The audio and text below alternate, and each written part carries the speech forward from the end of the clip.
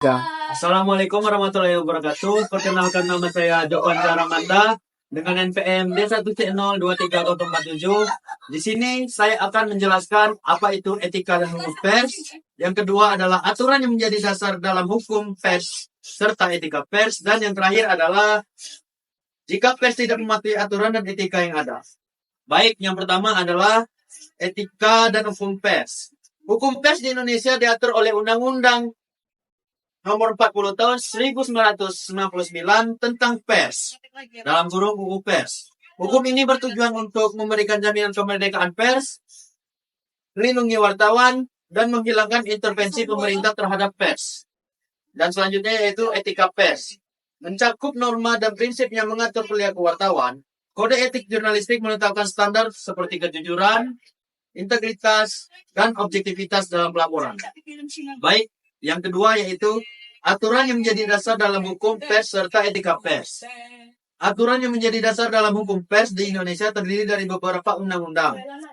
Aturan dasar hukum pers yang pertama yaitu Undang-Undang Dasar Republik Indonesia tahun 1945 UUD 1945 pasal 28 ayat 3 yang menyatakan bahwa setiap orang berhak atas kebebasan berserikat, berkumpul, dan menyampaikan pendapat. Contoh nyata dari pasal 28E ayat 3 adalah menggunakan media sosial. Orang-orang dapat membuat grup atau komunitas online untuk diskusi dan koordinasi aktivitas mereka seperti grup Facebook atau forum daring. Baik, yang kedua yaitu Undang-Undang Nomor 40 Tahun 1969 tentang pers atau UU Pers. Pasal 2 menyatakan bahwa kemerdekaan pers adalah salah satu wujud kedaulatan rakyat yang berasaskan prinsip-prinsip demokrasi, keadilan, dan supremasi hukum. Pasal 4 menjelaskan bahwa kemerdekaan pers tidak dikenakan penyensoran, pemberedelan, atau pelarangan penyiaran. Pers nasional memiliki hak mencari, peroleh, dan menyebarluaskan gagasan dan informasi. Baik, yang ketiga yaitu lembaga pendukung. Dewan Pers bertugas menegakkan kode etik jurnalistik, memberikan sanksi kepada anggota pers yang melanggar kode etik. Aturan yang menjadi dasar dalam etika pers di Indonesia diatur dalam kode etik jurnalistik yang diterapkan oleh Dewan Pers. 11 pasal kode etik jurnalistik. Pasal yang pertama yaitu wartawan harus bersikap independen dan tidak beretikat buruk. Contohnya, setelah tsunami, wartawan yang independen, setelah tsunami menghantam pantai timur Indonesia, seorang wartawan yang independen akan melibatkan sumber-sumber kredibel seperti petugas SAR dan ahli geologi untuk memberikan informasi yang akurat dan berimbang tentang dampak bencana tersebut. Ia tidak akan menambahkan spekulasi atau opini yang tidak didukung bukti. Baik, pasal yang kedua yaitu wartawan harus menempuh cara-cara profesional dalam melaksanakan tugas jurnalistik. Contohnya, seorang wartawan harus mengidentifikasi dirinya saat melakukan wawancara dengan narasumber. Hal ini untuk membangun kepercayaan dan transparansi dalam proses pengumpulan informasi. Pasal yang ketiga yaitu wartawan harus selalu menguji informasi dan memberitakan secara berimbang, tidak mencampurkan fakta dan opini yang menghakimi. Contohnya, sebelum menyiarkan berita tentang korupsi, wartawan melakukan wawancara dengan berbagai spot untuk mendapatkan perspektif yang berbeda. Yang keempat yaitu wartawan dilarang membuat berita bohong, fitnah, sadis, dan cabul. Contohnya, seorang wartawan tidak boleh membuat berita yang mengklaim adanya penemuan ilmiah baru tanpa memiliki bukti yang kuat. Jika informasi tersebut masih dalam tahap eksperimen, maka harus disampaikan dengan jelas bahwa statusnya masih dalam tahap awal dan butuh verifikasi lanjutan. Baik, pasal yang kelima yaitu wartawan tidak boleh menyebutkan identitas korban kejahatan asusila atau anak pelaku kejahatan. Contohnya, saat meliput insiden kekerasan seksual, wartawan harus sangat hati-hati dalam menyampaikan detail yang dapat mengidentifikasi korban. Misalnya, jika korban tidak mau fotonya difoto atau tidak mau identitasnya disebutkan, wartawan harus menghormati permintaan tersebut demi perlindungan privasi korban. Pasal yang keenam yaitu wartawan tidak boleh menyalahgunakan profesi dan menerima suap. Contohnya, wartawan yang ditawari uang atau fasilitas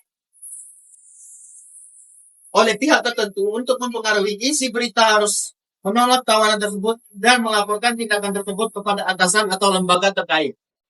Pasal yang ketujuh yaitu wartawan memiliki hak untuk melindungi identitas narasumber yang tidak ingin diketahui. Contohnya, wartawan menerima informasi dari narasumber yang tidak ingin disebutkan namanya, dalam laporan, wartawan menggunakan data tersebut tanpa mencantumkan identitas narasumber untuk menjaga kerahasiaan.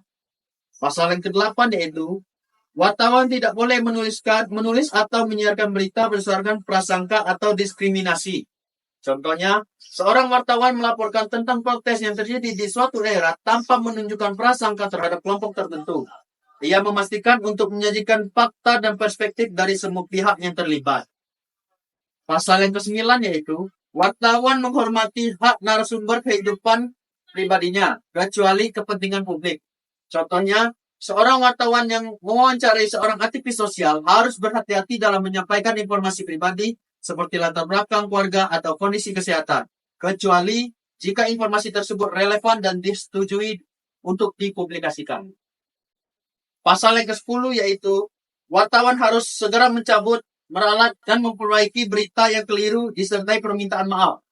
Contohnya, jika sebuah media melaporkan bahwa seorang pejabat publik terlibat dalam korupsi tanpa bukti yang jelas, wartawan harus segera mencabut berita tersebut setelah mengetahui kesalahan. Pasal yang terakhir yaitu, wartawan harus melayani hak jawab dan hak koreksi secara proporsional. Contohnya, setelah menyadari bahwa informasi tentang suatu peristiwa salah, wartawan harus menerbitkan klarifikasi dan memberikan kesempatan kepada pihak yang terkena dampak untuk menjelaskan situasi sebenarnya.